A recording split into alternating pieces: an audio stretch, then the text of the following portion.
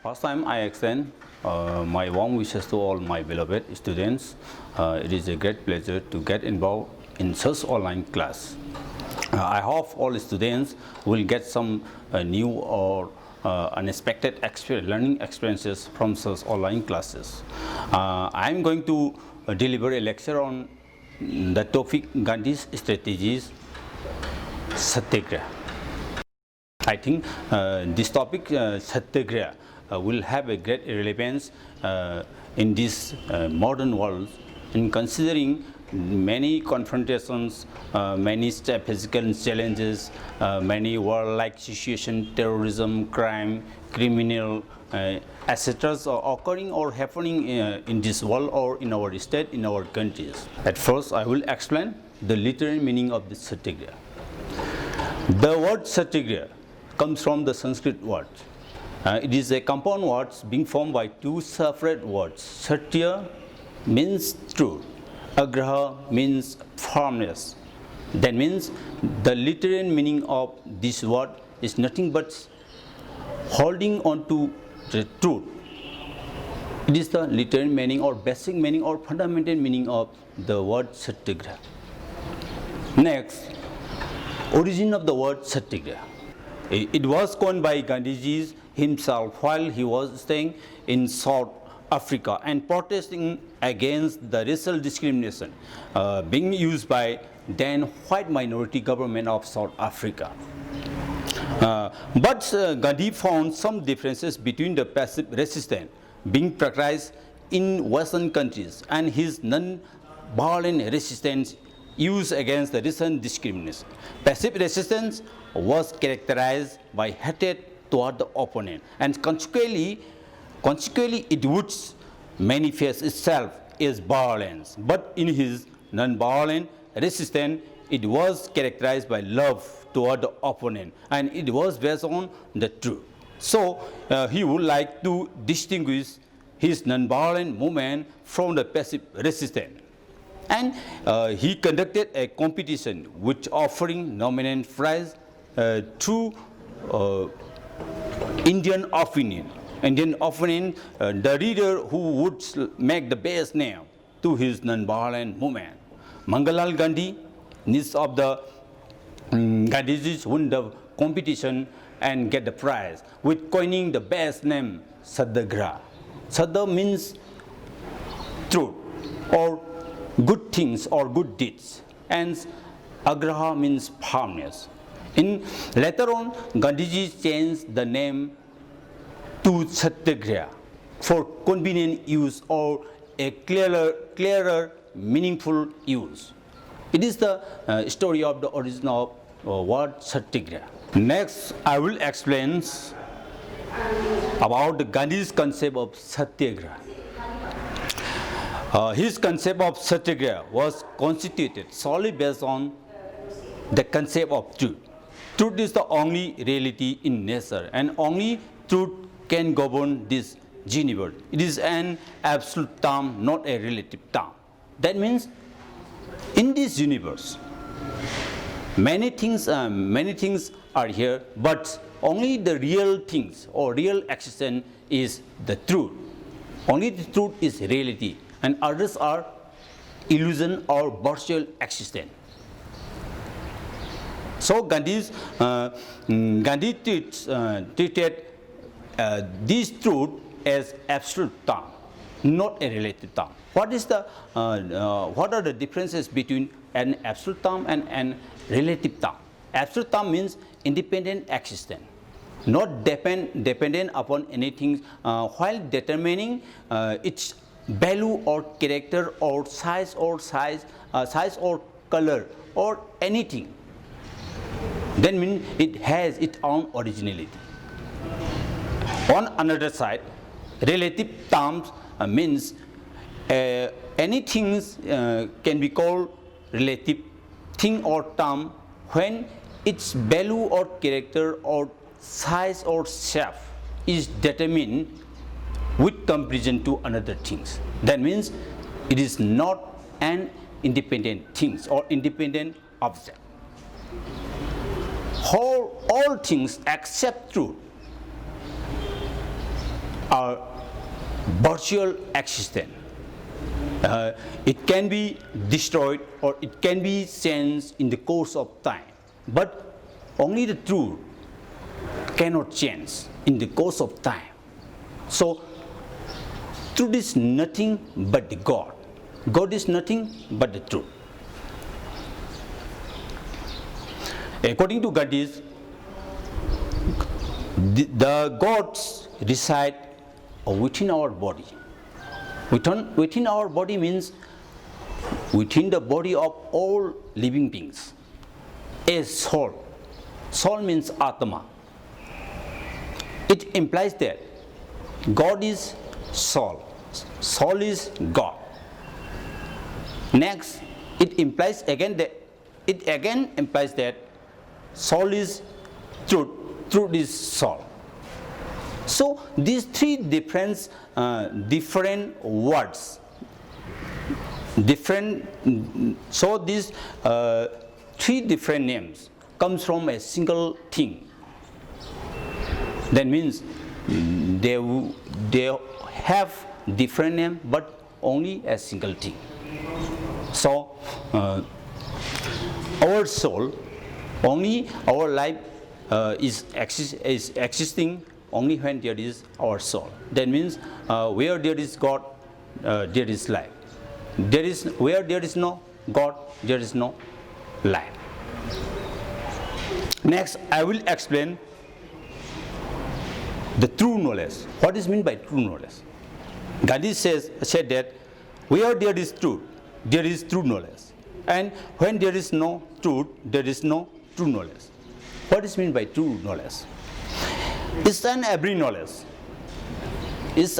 knowledge will be called true knowledge only when it can sustain the humanity,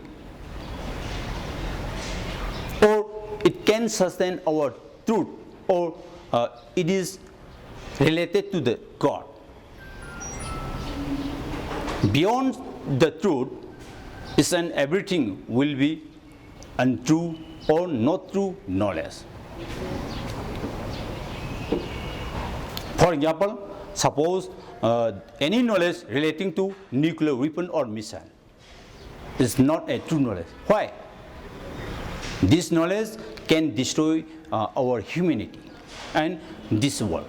So it is against the doctrine of the truth. Only the knowledge can sustain our humanity will be called true knowledge.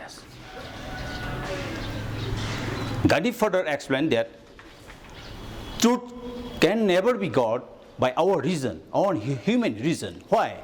Our human reason is so limited. Our mental capacity, mental ability, so limited that we cannot get the God through our reason. But we can prove there is God by our faith. Sometimes faith transcends the reason. If you would like to prove there is God, you have to use your faith, not your reason. Reason is so limited.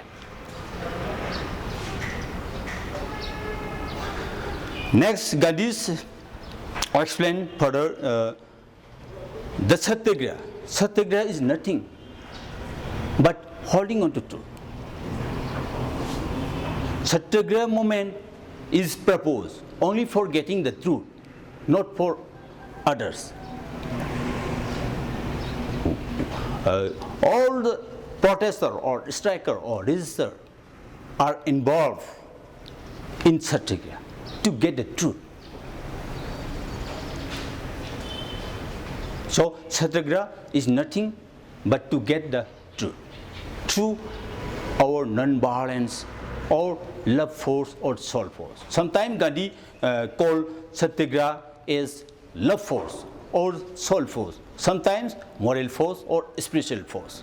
Why Gandhi is called Satyagraha as love force?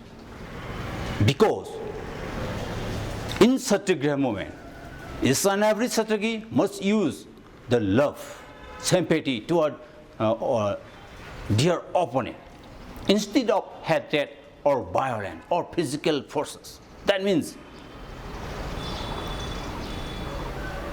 we will always use our love, our sympathy toward our opponent.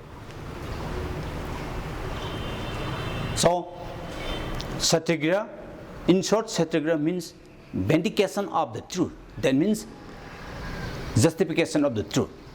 We have to justify there is a truth. We have to justify there is a God. So, satyagraha is nothing to search the God and try to get the God. It is the main concept of the Gandhi's satyagraha.